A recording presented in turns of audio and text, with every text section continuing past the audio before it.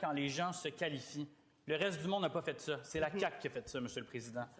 La seule affaire qui va rassurer le monde aujourd'hui, c'est une clause grand-père.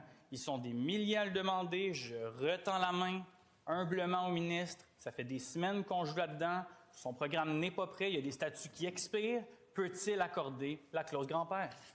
Monsieur le ministre de l'Immigration et de la Francisation. Monsieur le Président, je pense que c'est important d'expliquer aux gens qui doivent soumettre dans le nouveau programme pour ensuite être sélectionnés puis diffuser la bonne information. Je disais dans un reportage de Radio-Canada un extrait qui disait c'est pas normal de dire à des gens qui sont établis ici depuis des années qu'ils doivent tenter leur chance dans un programme où ils seront tirés au sort.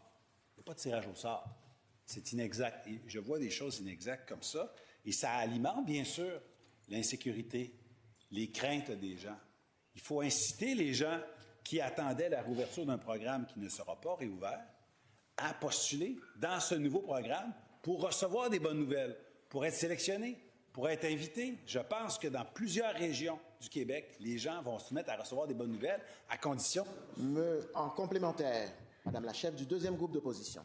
Hier, j'ai été très ébranlée par les témoignages qu'on a entendus. Ça, Monsieur le Président, c'est le premier ministre du Québec qui avait dit ça en 2019, après avoir entendu les témoignages d'étudiants et de travailleurs étrangers, alors que son ministre de l'Immigration de l'époque avait lui aussi charcuté le PEC.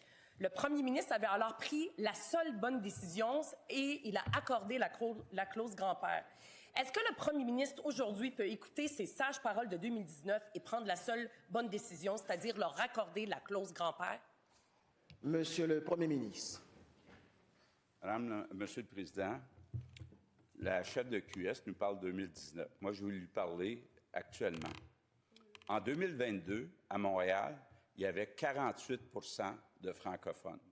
En 2024, il en restait 43 43 de francophones.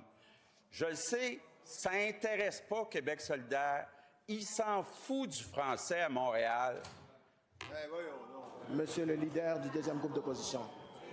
Allez-y, je vous entends. Monsieur le Président, c'est inadmissible de prétendre qu'un parti en cette Chambre se fout de la langue française. C'est intolérable qu'il le retire. Okay. S'il y a quelqu'un... Merci. On ne va pas argumenter. Monsieur le leader de l'opposition, monsieur le leader du gouvernement, allez-y rapidement, s'il vous plaît. On ne tape pas sur son bureau. Hein? Deuxièmement, Monsieur le Président, ce n'est pas une question de règlement. Troisièmement, Monsieur le Président, le député lui-même fait de la publicité en anglais dans son comté. Avec Merci. Écoutez, merci, je suis édifié. Écoutez.